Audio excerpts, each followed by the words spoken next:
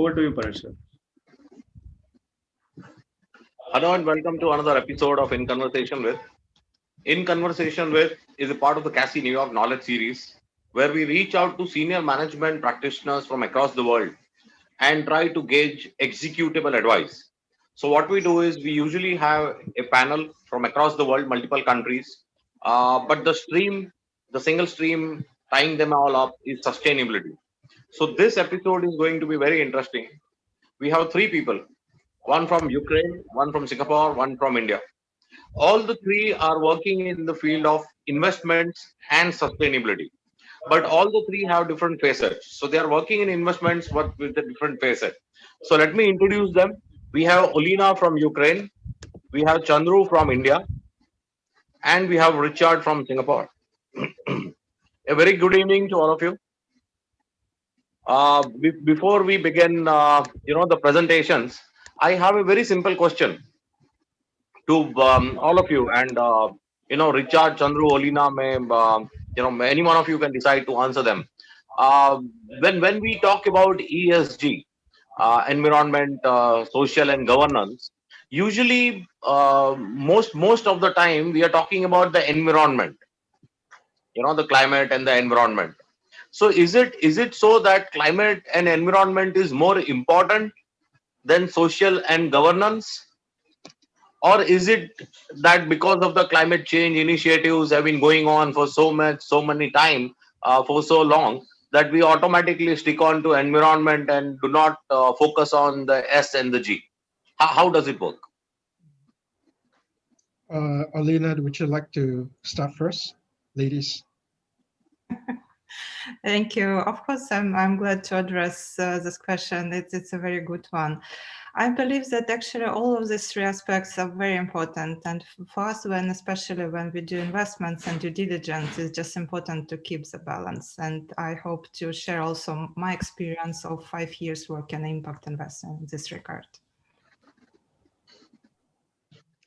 Now, let me just elaborate a little bit more about specific to your question with regards to the E, S, and the G part. I agree with you that even before the investment world start talking about ESG investing or sustainable investing, clean tech, energy finance has always been around. In fact, it was has always been a topics. And if you remember, 20 years ago, there are people even talking about green investing. So energy is one that has a lot of data points. So it is easier to establish a reference. And you have enough deal flow out there to basically get to attract investors.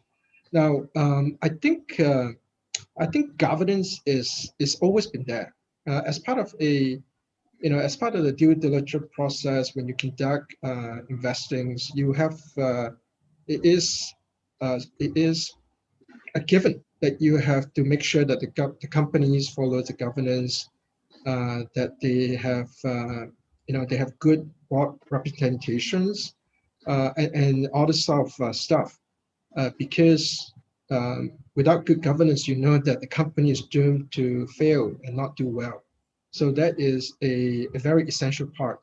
It is good that it is brought into the limelight to basically focus as a element. But I would have to say is traditional fundamental investings have always looked at the governance. Now, just a word on social. I think social is the topic on social itself is so broad. You talk about social. There are many factors, and every one of these factors itself is so diverse, and it is hard to be able to quantify and pinpoint any one of them. So, and there isn't enough data point, and which is the reason why I think traditionally it has always been difficult for asset managers to find social factors to factor into the investment process. Having said that, I think that process has actually improved over the last 1 year. There's a lot of step. Many of the index agencies have also provided has shared the likes on that. So it really helped the process. So this is a long answer to your question, if you don't mind. No, the question was demanding, because what happens is it is usually said that fund managers, including all the three of you, fund managers usually focus on environment and climate because that is where the ROI is, the return on investment is.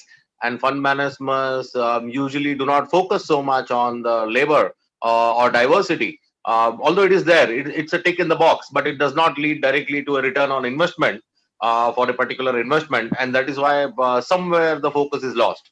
I am not saying that, I'm not making that comment. I'm saying that there are people, so there are both sides, which I hear, and that is why I started today's session with that question. So I understand that, Richard, you are a fund, the Q fund, and Yes. you guys focus on unlisted equities, right? Q Debt and fund. equity mixture, hybrid. Yeah. So Q fund is basically alternative asset managers. It focuses on fundamental equity investment. So predominantly a lot of that is actually in the public market. But the part that I'm actually looking at is more on,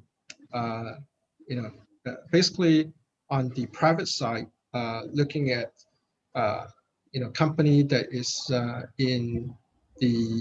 has a social mission. And we will look at companies to invest in the very infancy stage. But are you necessarily looking at listed equities, or you are also looking at unlisted startups kind of companies? There are two strategies. I'm sorry. Let me just clarify. The public company it is a hedge fund strategy that looks at public listed company, but that's not under the social impact umbrella. Okay, and the structured assets, the hybrid assets, is something that you look at all sorts of companies, not necessarily listed. That's right. Okay, let's talk a bit about ROI. Before I go on to my question on return on investments, I have an announcement. We have with us Hayden, who has just joined us in the audience. Hayden is a strong supporter of CASI, CSR and sustainability, and he was the chief of the security exchange at Trinidad and Tobago. So he's from the regulatory point of view. We have someone with us from a regulator. Welcome to the show, Hayden. Yes, thank you and welcome, and thank you all, and listening to a very interesting discussion. Thank you for being here. So let me ask a question to Olina. Olina, when you are investing, and we will go into details of ROI, what is a sweet spot that you want to invest in? What is a sweet spot company that, okay, 1, 2, 3, 4, 5? Now this is an ideal company where we should invest. So what is a sweet spot for you? It's always a good question, of course, how you build portfolio in this regard, and especially in such a region as Central and Eastern Europe, which transition it from planet economy to the market ones and more democratic perspectives. Well, we can do practically both for profit and non-profit investments, which I think is very important for the impacts to create. So we can support any teams. It could be entrepreneurs, it could be for-profit company, it could be a civil society group, because we just want to maximize the impact, and we don't concentrate on the forms that the teams takes from the legal point of view. And our motto is actually to build stronger societies, which means that we really operate on such a wide range of topics coming from media, any kind of technological startups, for example, to such important issues as efficiency of natural resources management and everything. So I can't really pick up one subject that would hit it all. Due diligence takes quite a lot of time, especially when you just practically build the field as it is, but I'm very proud working in this field. I just enjoy every day meeting all of these impactful people who wants to make impact. So I think the short answer to your question would be, it would be really a good motivated team who wants to make impact. Okay, so before we go on to Richard's presentation, I understand you have a presentation for us, Richard. Let me ask a question to Chandru. Chandru, when you are looking at ESG investments, and your team is pretty strong, it's a very formidable team that you guys have. Your founders are very strong. But what happens is when you are focused on listed equities, yeah, uh, you really don't take founders into consideration when you are taking listed equities. You're just taking the market, the business model, and the ROI. Is that how it happens, or how is the plan at your end? Okay, so thanks, Paresh. So let me just explain, what we are doing. And probably I'll allude to your first question also, Paresh, on, which becomes important, because that would probably be part of this answer. So first of all, as far as eCube is concerned, we have two ventures. So one is a fund which will actually invest in public markets equity, focused on ESG themes. And the other is something, which we are now also in an advanced stage of setting up, is a climate finance institution where we'll be actually lending as a lender to institutions which will focus on mitigating climate change, like electric vehicles, green buildings, and energy efficiency in industrials. So there are two aspects to this.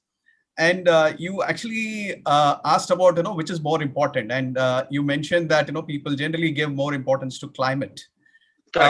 Say that, so I come from, my earliest stint was with MSCI, where I spent 6 years as the India business head. And MSCI is completely into actually investments and indexing and everything.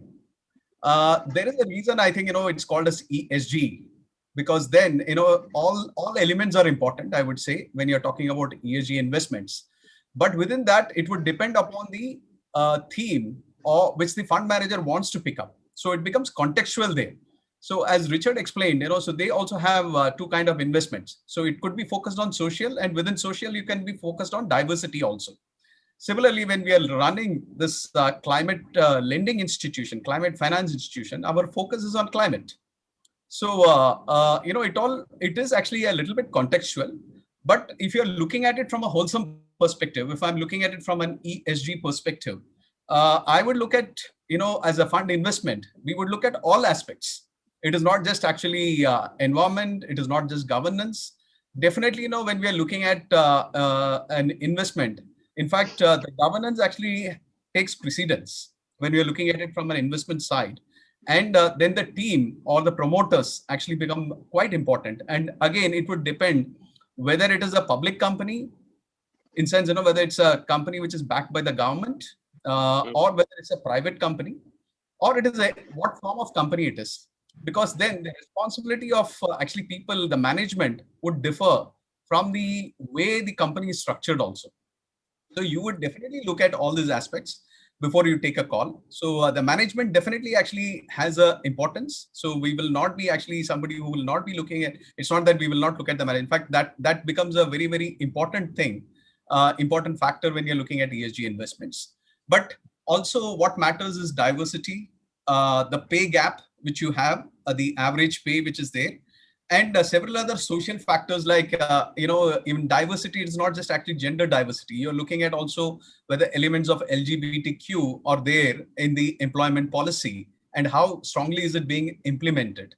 So all these things actually definitely matter. And there are roughly, you can say that not less than 100 factors which an investment manager would be looking at when they're doing an investment as an active manager.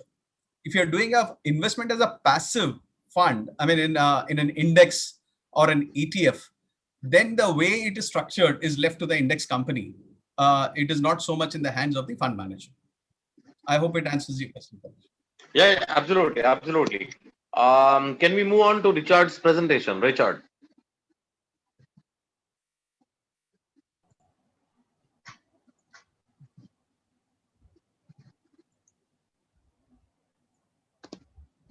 Okay, can you see the screen? Yes, we can. Okay, great.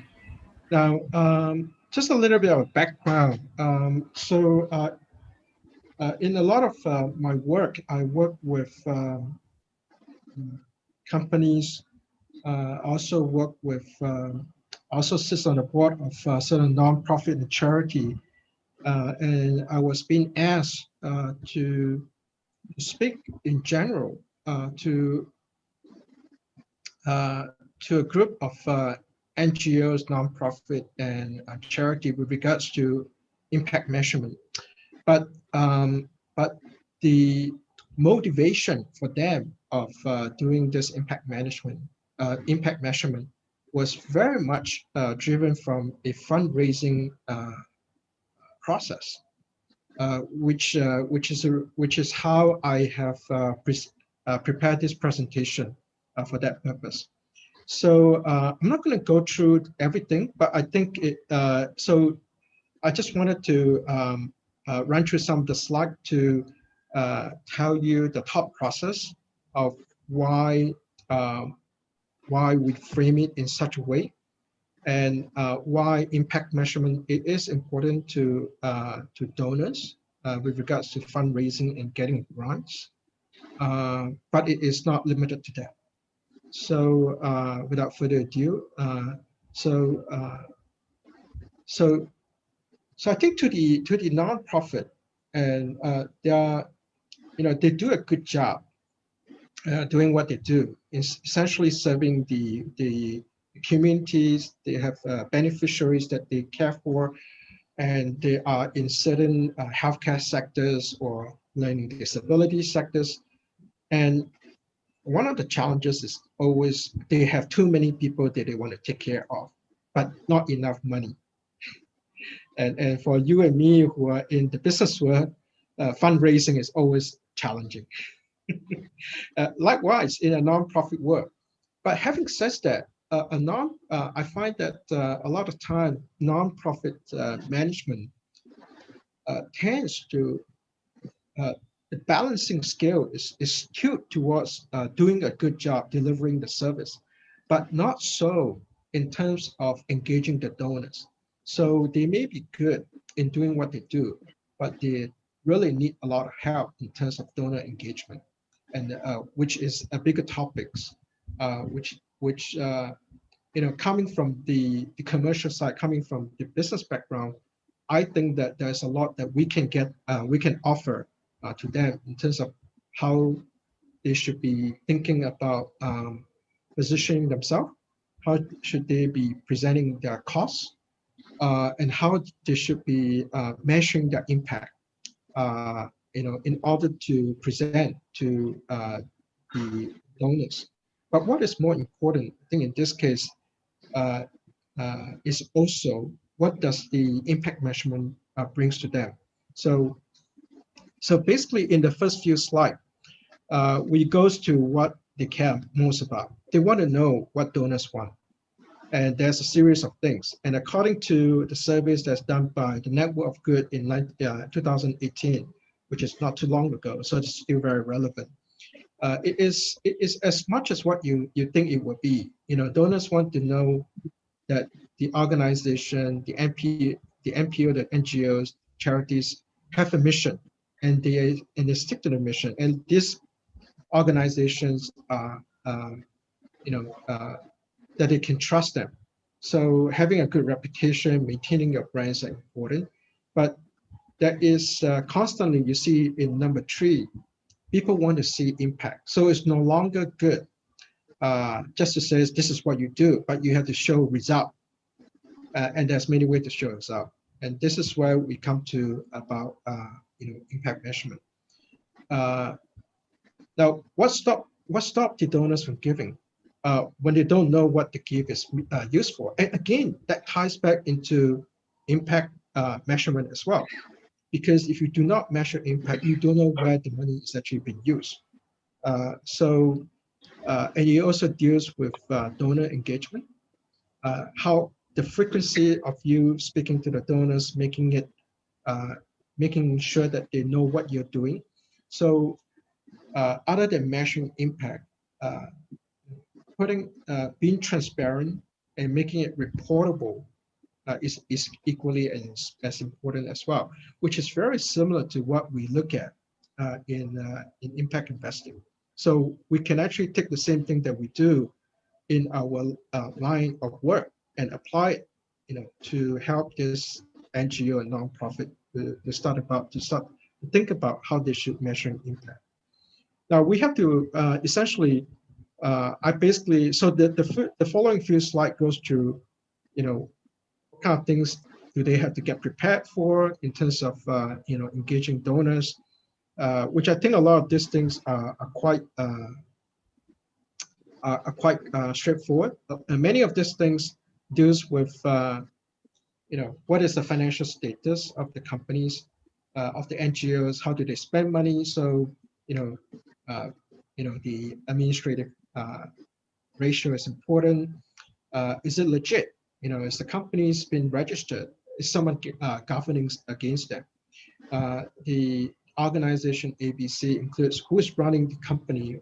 Are the board of directors reputable? It's very similar to what we do in terms of analyzing any companies, but essentially, it is to help the NGO knows that this is what donors are looking at them. Again, donors are always looking at, what are you doing in terms of the work? What kind of result are you giving, and how do you report that? And interestingly, one of the latest point is actually data security. I think with increasing data security, even NGOs, charities, nonprofit are facing the same issue. I think you have read news that some of this donor data has been hacked, and donors are concerned about that as well. So that's something that they do. Now, a lot of them will ask, how do you, what does it mean impact for the organization? It's basically, essentially, I'm trying to make it simple for them. So it's really, it's your mission a success? And how do you know that? How do you know whether your mission is a success? So there is a lot of things that you have to go through. And essentially, it is about outcome management. So, because of that, we will talk about what is outcome management. And that leads to performance measurement. How do you stack up against your peers and against what you expect yourself to be? Now, evaluation is equally important, because after you've done all this, you have to basically think about, am I doing enough? Am I falling short? Is some of the program necessary? How much do we stretch the dollar, right? So these are things that they have to think about, and to a certain extent, impact measurement helps them. The process of doing impact measurement help them to define that as well. So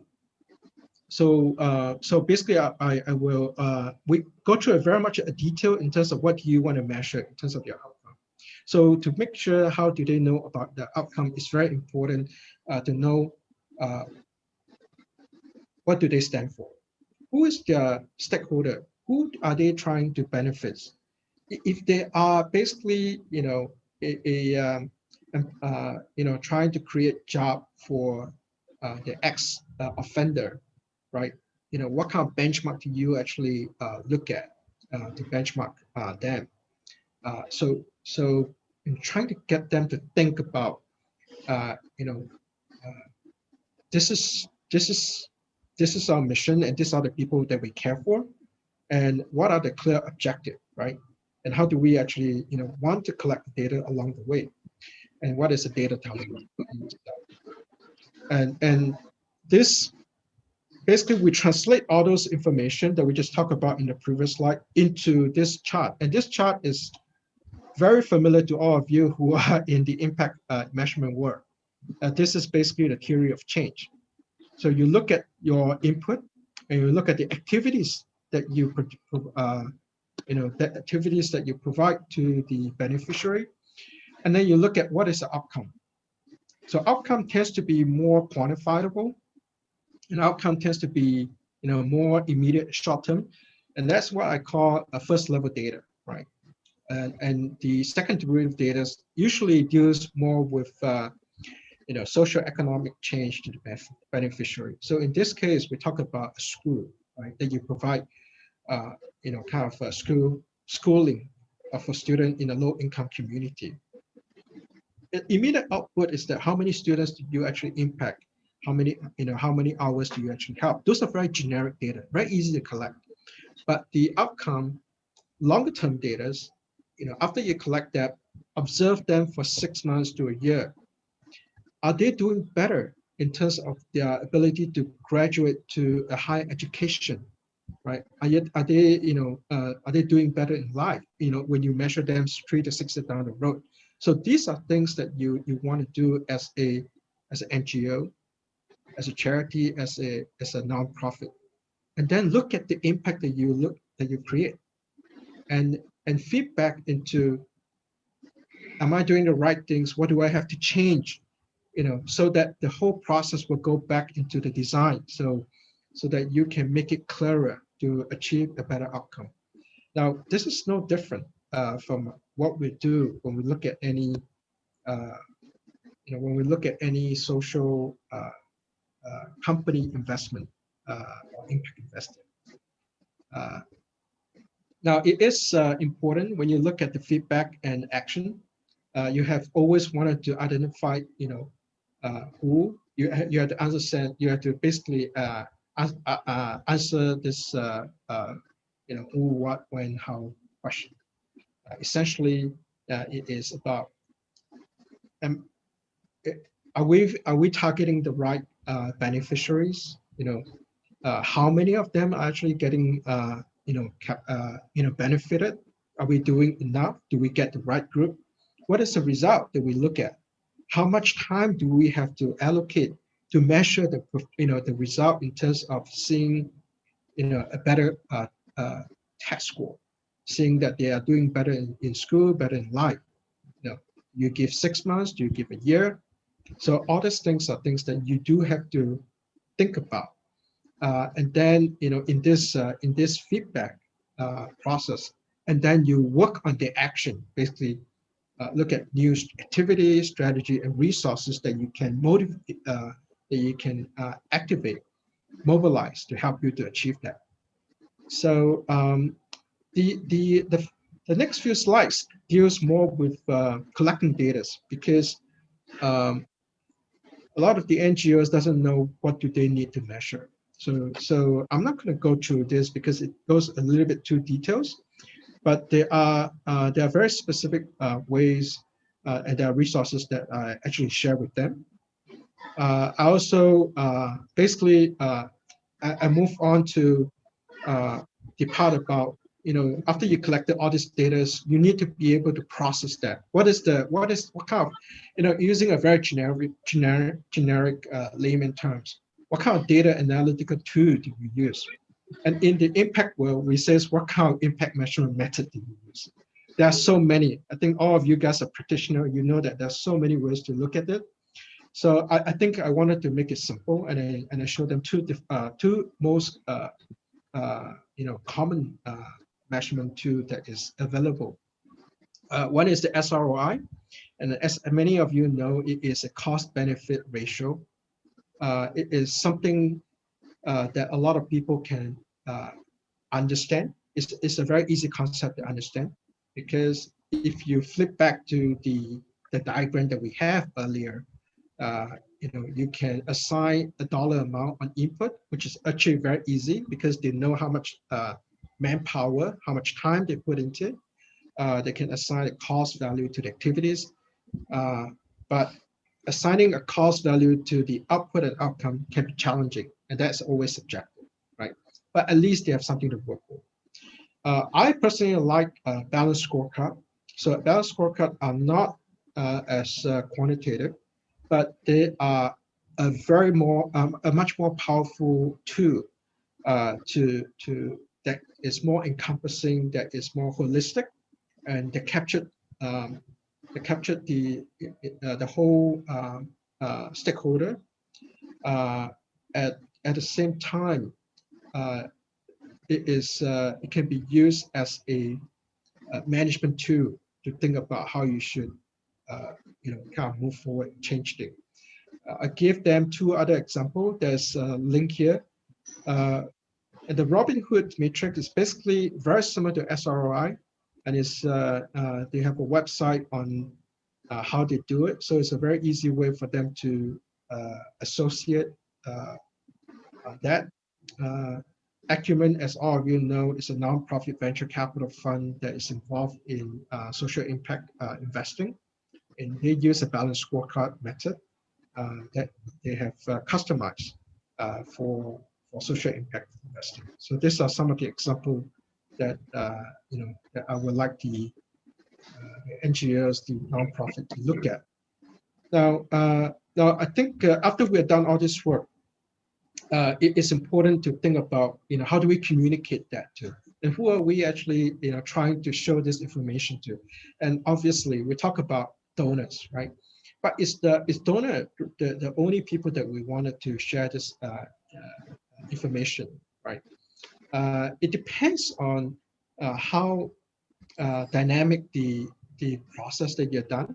So going back to the previous slide, if you've done a balanced scorecard, where you have mapped out all the stakeholders from your beneficiaries, employees, service provider, as well as the internal operation.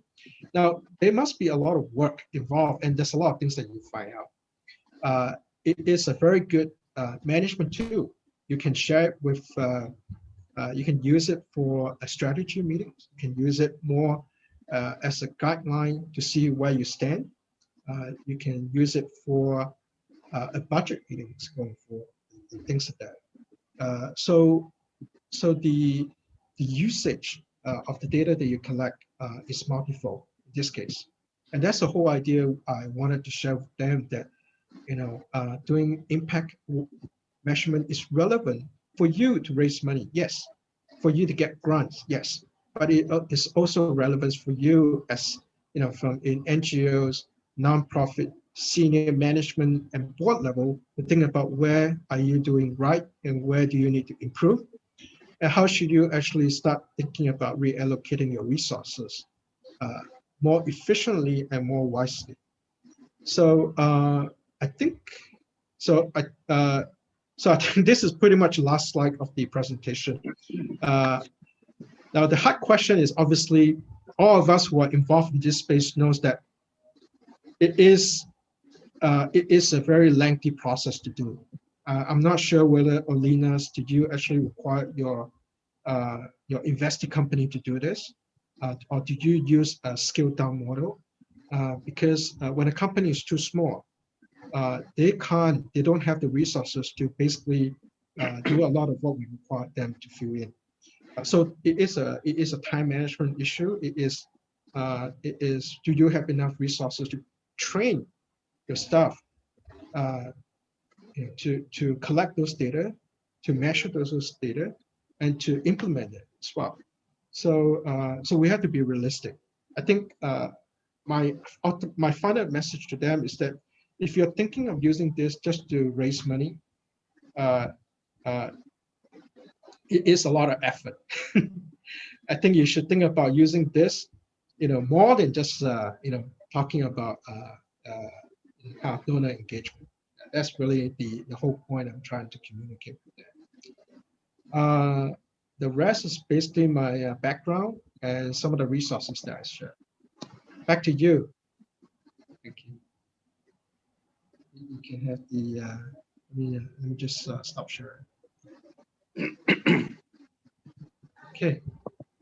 Thank you, Richard, for the presentation. Tell me something. Let me ask you a question on failure. You showed us the data points. You showed us the ranking. You showed us how one should go around looking at projects. You also mentioned how one should go around funding projects. Where do you find the maximum cases of failure? Where does an NGO or where does a project fail, really fail? Yeah, I think the project failed when the management underestimates the time that they need, and they doesn't have the willingness to follow through. When you have no willingness to follow through, you collect some data, but you don't finish collecting it, and you never really get to do the reporting process. Right? Mhm. So yeah, That so that I is think where failure occurs. that is where we see most of the failure, to be honest. Okay. I'll come back to you with a couple of questions. Let's have Olina on the screen. Olina, please tell us your angle on the entire CSR and sustainability. Thank you so much, Harsh. And I just really would love to start to thank you for invitation for joining this discussion, because I think it's a great format. We are just people from really the global perspectives from countries all over the world, and we can just share the diversity of our experience and everything. I really appreciate it. And I'm sure that it's a really important sessions for this educational perspectives and for the development of the global sustainability. And I'm just really glad to share a bit of, I would say, key elements that I find from my practice as impact investor, because I worked there for 5 years, and this is quite enough already to make some understanding what works, what's not. Just to remind, so for us, impact investments is actually investments where not financial returns are prioritized, but social and environmental impact. And it was very interesting for me to hear that you shared that practically you consider that environmental perspectives is the key to many aspects, because from Central and Eastern Europe point of view, I feel that it's about the same. So the social, so environmental aspect is important, but it doesn't actually give, it doesn't take as much attention as it should. While because we are reforming from like planet economies to more democratic way, I would say the social impact is much more important on that.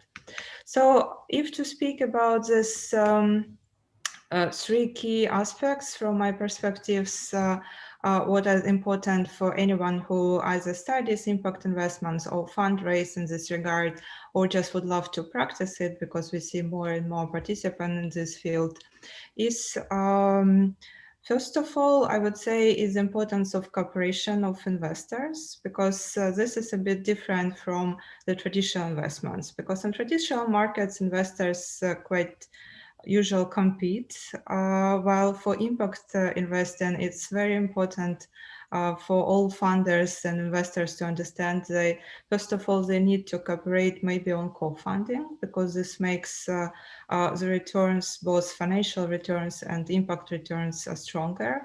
But they also can cooperate in terms of developing the market in different countries. They can cooperate to help reform in the country, or they practically can maybe align the forces for advocacy, some changes. So what we definitely see is any kind of joint forces should work sure better, especially for emerging or transitional markets. And maybe it's also comes from my experience, because we are a global fund, and I can compare the experience of my colleagues in other regions. And what I see is that for Central and Eastern Europe, we are so lacking international funders like us who can build a constant presence there, although it's a very flexible environment, I would say. It's a lot of innovative teams. It's a high level of education of people. So the quality of projects is quite high. And I would say additional sources of income should really help to grow for the whole region. And we are actually also showcasing quite a lot of regional projects on international basis. So coming the scaling to other markets coming from our region. And it's not our direct strategy, of course, to develop markets. So we do have some impact areas we concentrate on, but we still have as a regional priority something what I call diversity of capital. So this is this campaign when we try to bring more funders to the region and to showcase different projects, to make them learn about this ecosystem in general. It pays off, it gives a lot of results, and I'm sure that the same approach could be beneficial to any other activity or any other region. So the second key element that I would really love to highlight is actually environmental aspect. And I'm very glad that in this company, I don't need to go too much into detail into that, because usually it still takes quite a lot of efforts to show the companies, especially industrial companies or manufacturing companies, the importance of this component when they structure the engagement into the local businesses. I just really would love to highlight here that for us, environmental aspect, it's not only the direct impact on the environment or the general ecosystem. For us, it also comes with efficiency of natural resources management, for example, or transparency of all these processes. And pandemic showed that such issues as quality of air are so important also for health of everyone, including investors. That's why I would say, like, my key component would be just please think about environmental aspects in any investments you are doing. It's also possible to address it as part of the corporate responsibility. For example, if company doesn't touch the areas directly, because anyone could calculate the carbon footprint, for example, and try to do something about it, or to improve the quality of forests in the country by planting more of them. So it's just like really aspects that I'm so keen and motivated to mention every time. And the third aspect, which is also, I think, quite key, and we work on that for a long period of time, but the pandemic also showed the importance of it for the global society. It's a question of technology and society combined. Because we see now technology in almost every level of our engagement. And I believe that technology is a key to enable sustainability. So we are working for years on this subject. We collected a really wide portfolio of different projects of that. And for example, now a lot of said about the usage of artificial intelligence for business purposes. And also, for example, as part of investment due diligence or as automated decision making. But it's really important to understand here that all this fuss around artificial intelligence, or it's actually more correct to say that it's about automated decision making and machine learning systems. So all these discussions around it are still not so much about this technology, but also about how people prepare all these technologies. So all such algorithms are still made by people, because all rules, goals, and data for them are still prepared by people. That's why when doing any kind of updates with technology, and especially with artificial intelligence, and having this part of investment strategy, for example, it's very important to understand that it's a crucial point to think about human rights. And in this regard, it's actually digital rights of people. And just be very careful how you incorporate any new technology thinking and how you incorporate all of that into due diligence. Because I think it's actually quite a lot of cases now when rights of people were violated because the introduce of technology, for example, on governmental things, but also on private level, just made some cases of human rights violations. So this is something that I really wanted to emphasize as the key elements from all my experience. And just like to sum up, I would say that I'm quite keen chess player. And I think chess is popular really worldwide in this regard. And for me, impact investing is also about a good game of chess, because you try to do such a strategy, and you try to build such a portfolio that would bring for you a win in long term. So we don't speak about something that you win now after one move or two moves, but you need to prepare to win the whole game. That's why I think impact investing is very important, even if it's not such common as traditional investment yet. So I'm sure it has a very bright future, and if to combine all these forces in this regard, of course, it will be very beneficial. Thank you very much, Olina, for that presentation. A couple of things were very, very smart. The chess analogy was superb. I will use that in my next presentation as a speaker. Tell me something. See, we are the world's largest CSR platform, CSR sustainability volunteering platform. We are present across 52 countries now. I have over 1 million students. I have 3 million volunteers. So we deal with 52 countries, portfolios in 52 countries, investors, students, rules, regulations, importance. So in everywhere, see, ESG is the same. People talk about ESG, all the same and all, but it really differs country to country, because priorities are very different for a country. Every country has its own priority. So while a European, a common citizen in Europe will be bothered about climate change, a common citizen in India would be more bothered about food for all, or health, or retirements, or diversity, or inclusion, before we even go into climate change, because the circumstances are very different. So we talk to fund managers across all these places. I have a very specific question for you. When you are investing, it is very easy to show return on investments. It is comparatively easy to show climate, that a similar company in cement was using this many gallons of water, and came out with this much CO2, and now it is going lesser, so we are doing a better investment.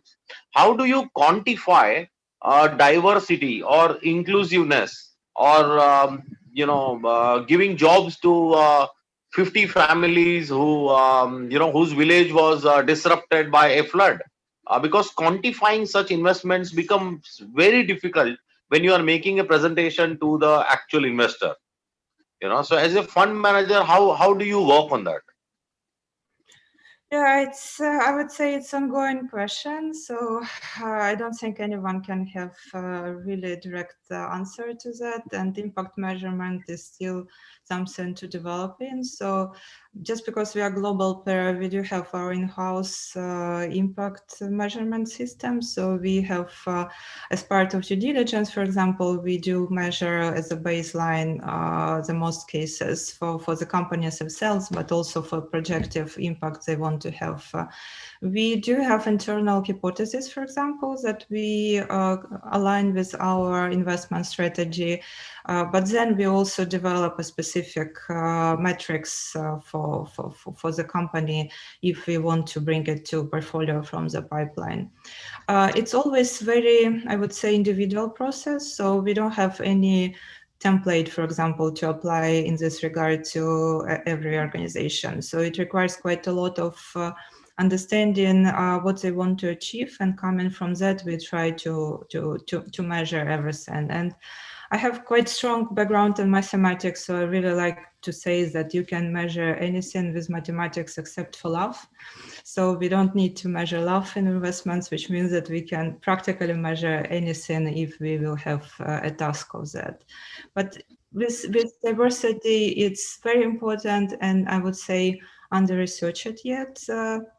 Because we applied the due diligence for healthy workplace, for example, recently, where we try to have it as combined. We try to provide also to all our portfolio additional support in terms of diversity and equality questions, because it's still a new subject for the region, and we want to equip them with all the knowledge. And we hope that in long term, all these efforts will come to maybe one more unified solution to this question.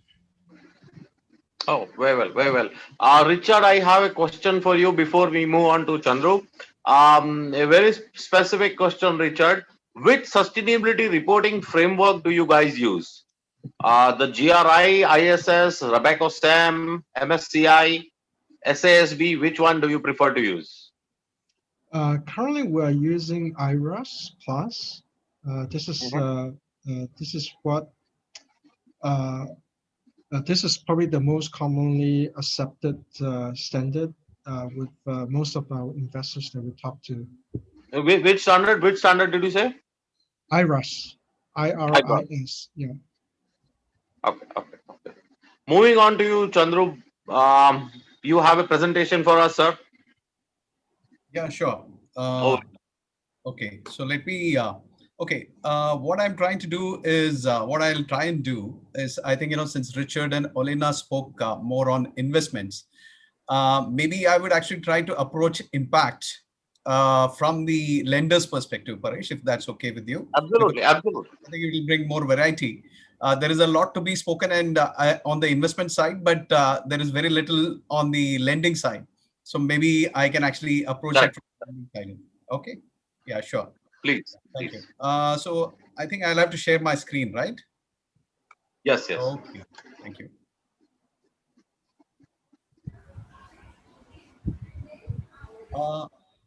I hope you're able to see my screen. Yeah, it's visible. Okay. Perfect. So, I'm going to talk about EQ Climate Finance, which I said is our venture, which is actually now being set up, and it's coming up pretty fast. So we are actually approaching, impact from the climate side, and which Olena also mentioned that from the environment, she was saying that there'll be want more people to do more on the environment side, and so that's one of the reasons. So we are actually working on that, and our aim is to actually lend to certain industries in India, which can mitigate the effects of climate change. Basically, GHG and carbon emissions. So saying that by 2030, our venture will target 21 metric tons of carbon dioxide emission. And we will try to galvanize India's transition to a net zero carbon economy. So that's our aim. What are we trying to do? We are actually, we are very unique in India because as Paresh also said, there is still not so much focus from a lending perspective or from an investment perspective when you look at environment. But at the same time, there is a big push coming from several agencies and several quarters, because India is currently the per capita carbon emission is around 2.7 tons. Vis-a-vis probably China is around 13 tons per capita emissions. But as India is growing, we are seeing actually US and China tapering off as far as the carbon emissions are concerned. And there are a lot of steps being taken across the world to cap these carbon emissions. But in India, because we are still dependent a lot on fossil fuels, given the growth at which we want to grow, and for growth you require energy. So energy can come from fossil fuels or it can come from renewable. But as we are actually burning more fossil fuels, it does lead to actually more emissions, which has a different effect on the environment and the global warming. So that's the reason that there has to be a lot more focus in India as far as climate is concerned. And that's one of the reasons that we have set this up. So I'll just go to the next slide. This is the team, which Paresh, you also actually spoke about. So we have 4 gentlemen from the Tata Group. Most of you would know the Tata Group. Mukund Rajan is a chairman. Alan Rosling was on the board of actually Tata Sons, and Mukund Rajan was the actually chief ethics officer and the brand custodian, as well as the global chair for sustainability for the Tata Group. Govind was the chief operating officer of Tata Capital. Shankar here was the global sustainability officer for the Tata Group, and he's currently the chairman of Oxfam India. My other co-founder is H.V. Harish, who was a senior partner with Grant Thornton in India for private equity and governance. As I told you, I used to be the executive director and country manager for MSCI in India. And I have around 30 years of experience across various businesses, including banking, manufacturing, sales, as well as risk management, fixed income, treasury, and SME ratings. We also have two very distinguished people as part of our advisory board. One is Sir Suma Chakraborty, who used to be till recently, till July 2020, was the president of the European Bank for Reconstruction and Development. He's a very senior British civil servant. The other person is Ms. Anjali Shibdugal, who was the previous finance secretary for India. Our focus, as far as we are looking at, is in segments like green buildings, transportation, waste, electric vehicles, urban water, agriculture, and renewable energy. Out of this, most of the focus would be on transportations, building and construction, waste management, water management, and industrials. This is a very large segment. We actually had a market study done by KPMG, and they have actually identified these segments for us. And the potential to lend in this segment itself is pretty huge. So in India alone, the potential to lend is around $215 billion only in these segments, which contribute to 40% of the GHG emissions of India. Just these segments like transportation, industrials, as well as building and construction. These segments alone contribute to 40% GHG emissions of India. And the potential to lend is $215 billion, and the potential to invest in these segments is $90 billion. And these are the segments which I actually mentioned, and these are the kind of when you split it up, you can see the building and construction itself has got around 150 billion of potential, while waste management is 16.5 and water management is 22.8 billion. Transportation is around 12.7 billion. We intend to have a book size of $1 billion only in 5 years, and probably in 10 years we intend to have a book size of $5 billion. So this is how the GHG contributions stack up. So the transportation contributes to around 10% of India's GHG emissions, building and construction to 15% of the GHG emissions, industrials to 11% of the GHG emissions, and waste management, water management contributes to 4%. So these 10, 15, 7, and 4 add up to 40%. All of these things are also having wider policy support from the government. I think there is a subsidy element called FAME, which is coming for electric vehicles, and there are other programs and other policy incentives for these kind of projects. Now let me come to the impact part and how we will be measuring impact. I think Richard spoke about measuring impact as far as the social segment is concerned. Whether it be for when somebody is donating for a school or maybe for other factors. And I think Olena also mentioned about measuring impact, and Paresh, you also asked a question about measuring impact. So impact measurements is a very important point for us, because one of the new elements we are bringing in this enterprise is to reward companies to meeting their impact targets. So they will get an incentive on the interest rate we are charging for them if they meet that target. And we intend to measure the impact using technology, which again Olena mentioned about the use of technology. So we will be using IoT and smart meters wherever there is a flow and motion, and where there is no flow or motion, we would go by audits. And as far as the protocols is concerned, Richard mentioned IRIS for IRIS Plus or IRIS Plus Plus for the impact measurement. We would be using the GHG protocols because this pertains more to climate, and that's the reason we will be using the GHG protocols. So if you want to measure impact, you require two things: you require data, you require a framework or a model to do that. So as far as the models or the framework is concerned, we have the GHG protocols. As far as the data is concerned, I mentioned that we will be using technology like IoT or smart meters and the audits. As I believe, most of the impact measurement done today is done through audits. So you have an external agency doing an audit to see that once you've done a baseline, what is the improvement which has happened. But that for doing something like when an electric vehicle is being funded, it's not so easy to actually capture that through audits. So that's the reason IoT comes into picture to see that how much the EV is running, or if there is a flow of gas or fluids through a pipeline. It is then becomes easier to measure using these kind of instruments. And most of the modern equipments come with IoT or smart meter. And this is the way we intend to actually do this impact measurement, because I started my presentation by saying that we want to actually make an impact for so much metric tons of carbon dioxide emissions. For that, we need to measure all these things. For measuring, we need to put in technology. We need to have the protocols for actually doing all these things, and we need to give an incentive for people to meeting this, emission targets. And that is how all these things actually comes together. So that's it from my side, Paresh. So I hand it back over to you. Thank you.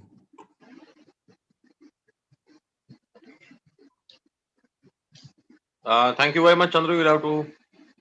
Yeah. Now, speaking of iris and speaking of measurements, last week we had a very interesting conversation on these in conversation with seminars. I was talking to somebody and we had a guest who works on bamboo, the bamboo technology for creating, alternate constructions to the regular constructions. So, we were discussing that 74% of the carbon is embedded. So even when you're talking about a LEED certification, and you offset the carbon in construction, you are only offsetting 26% because 74% is embedded anyway. And even LEEDs does not take that into account as a carbon. So, and are you trying to, work on that? Is anybody, trying to work on that? If you could have any comments on that. See, okay, as far as bamboo is concerned, see, bamboo is only one element of carbon sequestration. So there are other technologies which are actually coming up on, carbon capture and usage and carbon capture and storage. So there are plenty of projects, which are actually coming up as far as, so one way to, mitigate carbon emissions is to actually get into these things of carbon capture. It could be by planting trees. It could be actually by capturing the carbon and storing it. It could be by capturing the carbon and utilizing it for various other things, which could be. For example, we know of one project where they're actually trying to capture the carbon and utilize it for, say, printing inks. Or it could actually go into other elements where carbon is required. So these are the kind of things, where people are actually focusing on. But that alone is not sufficient. We need to actually reduce the emissions also. It is not just actually mitigating or adapting, which is a key to all these things. Everything is important, but as far as when you spoke about bamboo, bamboo is a great grass. It is not a tree or a plant; it is a grass, and it has a good tensile strength. It has a good tensile strength. It has a lot of, I should say, utilities. But still, I think it is not sufficient enough to actually sequester all the carbon emissions which are actually happening from outside. So it has to go hand in hand with the other things what people are trying to do, because one of the things in buildings which consumes a lot of power is cooling, and what kind of gases you use, and there are actually very new technologies which are coming up, called as reductive kind of technologies, which use kind of radiation, radiative, kind of technologies, which use nighttime radiations to bring down the cooling. So these are kind of new concepts which are coming up, but cooling actually contributes to a lot of carbon emissions. And it also depends upon what kind of gases you use. So there is hydrofluorocarbons, which is generally used in a lot of cooling, which actually is a heat trapping material when it actually emits, when it leaks. So that's a big problem. Methane is another problem. Methane actually is much more potent than carbon emissions. So it actually traps heat much more than other kind of emissions. Correct. So I think these are actually very big elements in that. So one of the technologies which we are focusing is on cooling. What kind of and more carbon-friendly cooling is something which is very important in the way which we will be actually lending to projects. I'm sure your company will do got a lot of good because I know half your board personally, and with names like that and with experience like that, we will reach out to you again to do something together. Yeah, in fact, we will reach out to Olina and Richard also to do something together. One of the projects that we are trying to do, we started with education, and we went to 52 countries to teach sustainability and CSR.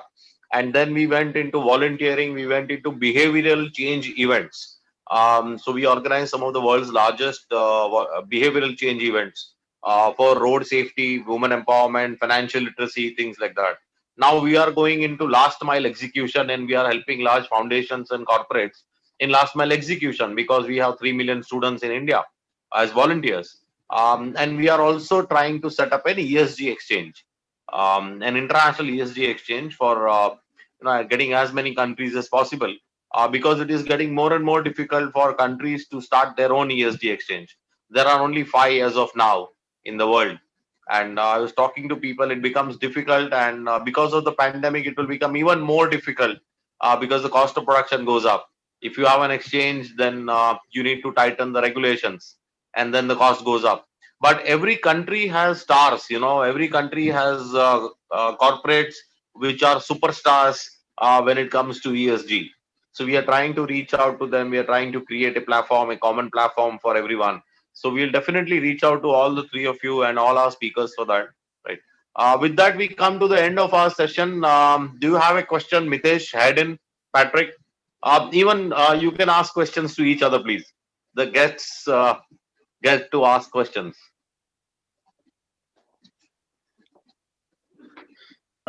Just one comment, if I may. And it might be useful to have a session, because one of the issues that certainly regulators focus on is the whole issue of anti-money laundering, counterterrorism financing, and of course the activity, laudable though they may be, of CSR organizations feature prominently when those issues are considered. So I think it would be useful to have a sort of discussion or session on how these organizations ensure they're not exposed to the activities of entities or organizations that are focused on money laundering or on terrorism financing throughout the world. I mean, it's a big issue for regulators, and of course, based on the thinking that by their very nature, these organizations are vulnerable to the activities, to these activities, for one reason or another. So it's just a suggestion, not necessarily a question.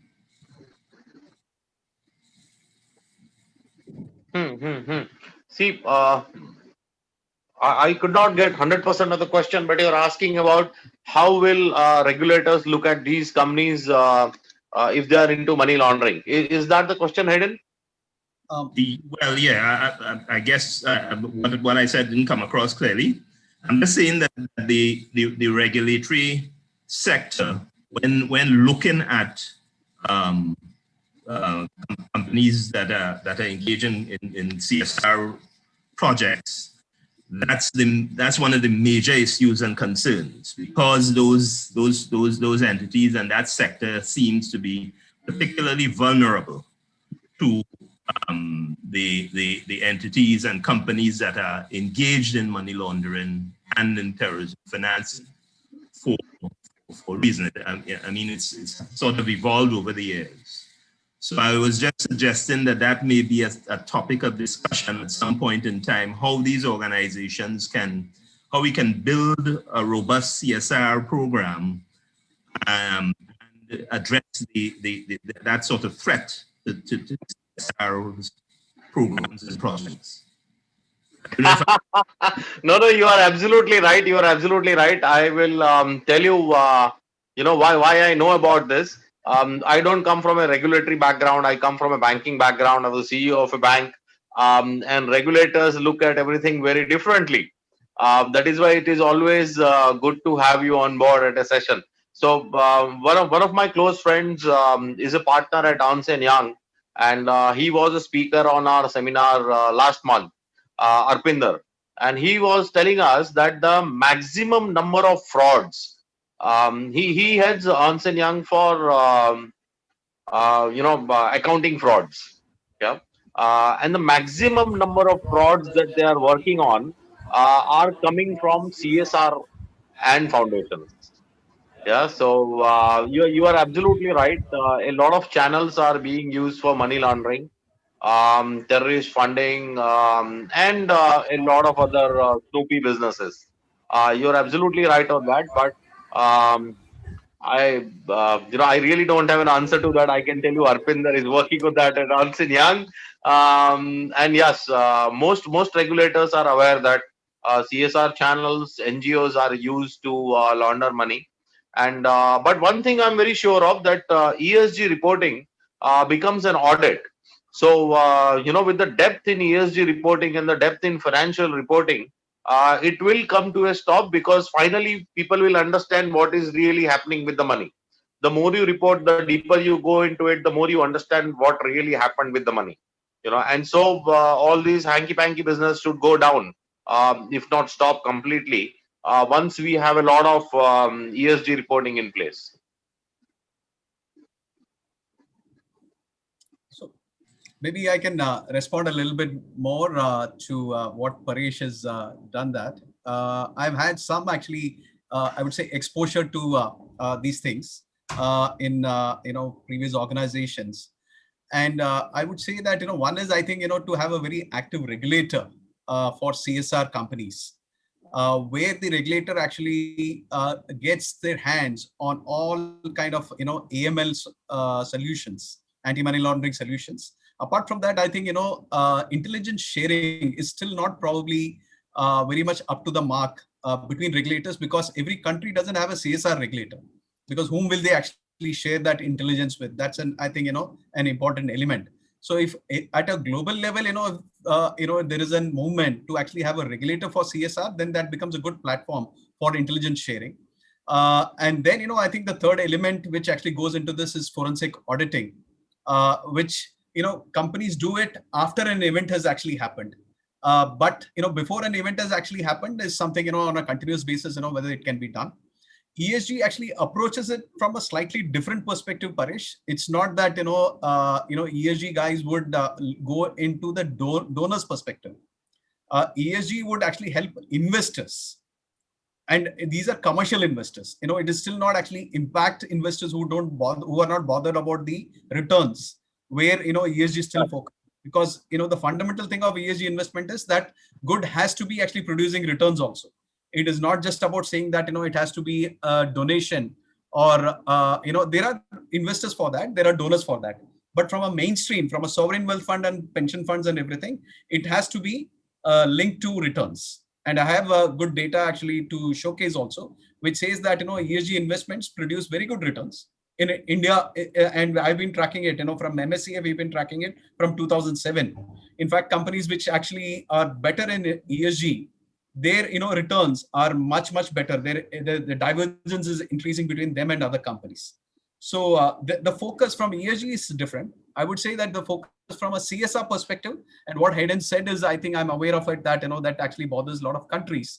But I think the lack of having a CSR regulator in every country and intelligence sharing between different CSR regulators is something which is probably still an evolving process. But till that time, I think regulators have to be relying only on AML software, or wherever they have more doubt, to actually then do do forensic auditing. I think that would be my view on that. Thank you.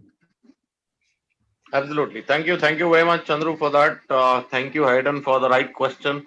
Patrick, do you have a question, please? Yeah, I have a few, but I'll focus on one which I think can go to all three speakers. First, I should say thank you to all of them. Really excellent content today. But I think everyone was talking about good data, collecting data, and it sounded quite, to me at least, it sounded quite reliable. Of course, I'm more skeptical when it comes to data. And so my question is, where would the three speakers see the biggest risk related to the data, or the biggest uncertainty? So data is not the same, I would say. I mean, some data you can rely on, but other data, I think, has more risk that it might be wrong, or that it might be completely missing, that it's not included in the reporting. So I don't know if anyone has any thoughts on that.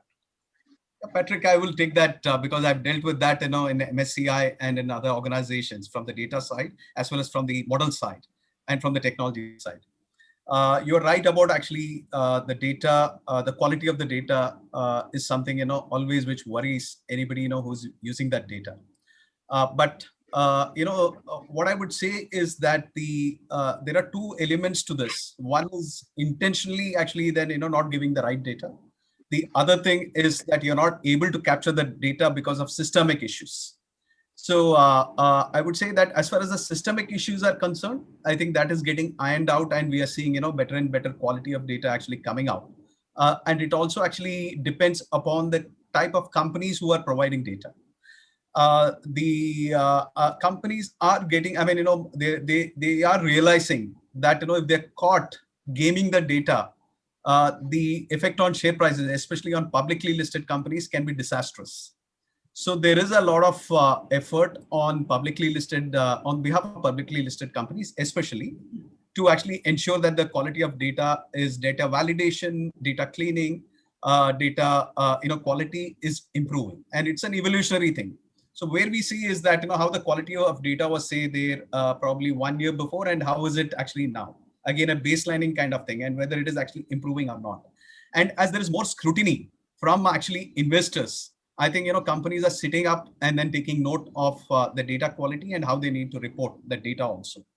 There is also another thing element to this is how do you actually mask data? So you may not be actually having a very great data to do that, but companies also actually try to couch this in different ways so that the right data actually, if it's not good data, that doesn't get out. So that again, I would say that is an art from actually the data reader's view, or how people are consuming that data. How do you get onto that? So these are the three elements I would say as far as data is concerned. But I'm not pessimistic about the data. I'm seeing that okay, it's not that we look at it whether it's good or bad, whether it is improving or not is what we are actually looking at it. And also, it goes, the same thing applies to private equity side also. From the private equity side also, I've seen actually there is a lot of focus on ESG, and again, there companies are being actually pushed to provide better quality data and improve their metrics. Thank you. No, that is absolutely true, Chandru. Patrick, I'll give you my opinion. There's someone called as Sarah Gelfand. She works, or she rather writes for the social innovation at Stanford University. So she has recently come out with an article. Stanford has recently come out with an article saying 80% of the managers are not sure, 80% of the impact investment managers are not sure whether they are using data effectively. 80% of the managers, impact investment managers, are using data, but 80% of them are not sure if they are using it effectively. So that's Stanford for you. 80% are not really sure if the data is being used effectively. So you are right. I think that's positive, to be honest. I'm happy that at least we know that we are we have a missing link, huh? Well, I'm happy that they have that awareness. I'm more concerned when there's a very high confidence level on the data and there is uncertainty there. So correct. That can be more dangerous. I think with regards to kind of like private equity, type of investment, it is relative easier from a from a management perspective, communicating with the investing company in terms of the kind of data that we want to capture. And I think, to your point, I think it is so valid that there is a data overload, and a company could actually be running around collecting way too much data that is not necessarily useful. So, knowing what to collect, knowing what to measure is important. So there is a process that we will work with the investing companies. Essentially, it's like what we just talked about in the presentation, looking at the segment that they want to serve, looking at the mission that they want to accomplish, and basically set those matrix up with them. I think that will help the investing company in terms of allocating time and not wasting time and collecting the wrong thing. Correct. With that, we come to the end of our seminar. Olena, do you have a few words for us as a closing statement? Yes, of course, I can also relate it to possible answers that we spoke. So I think it was very interesting discussion, and my conclusion is, as always, actually, when I work in this field, is that to all these aspects, people are quite crucial. And even when we speak about data quality, it's still important to understand that people collect this data and people do the standards for this data. People also can agree on many things. I strongly believe in that, and this can bring really positive developments to everything. And practically, the key to sustainability is to work as a people globally from different aspects and try to unite our efforts, which we actually did also through this discussion. Thank you very much, Olena, for those words. Thank you all for being here today. Thank you very much. Thank you. Thank you. Thank you. Thank you Bye-bye.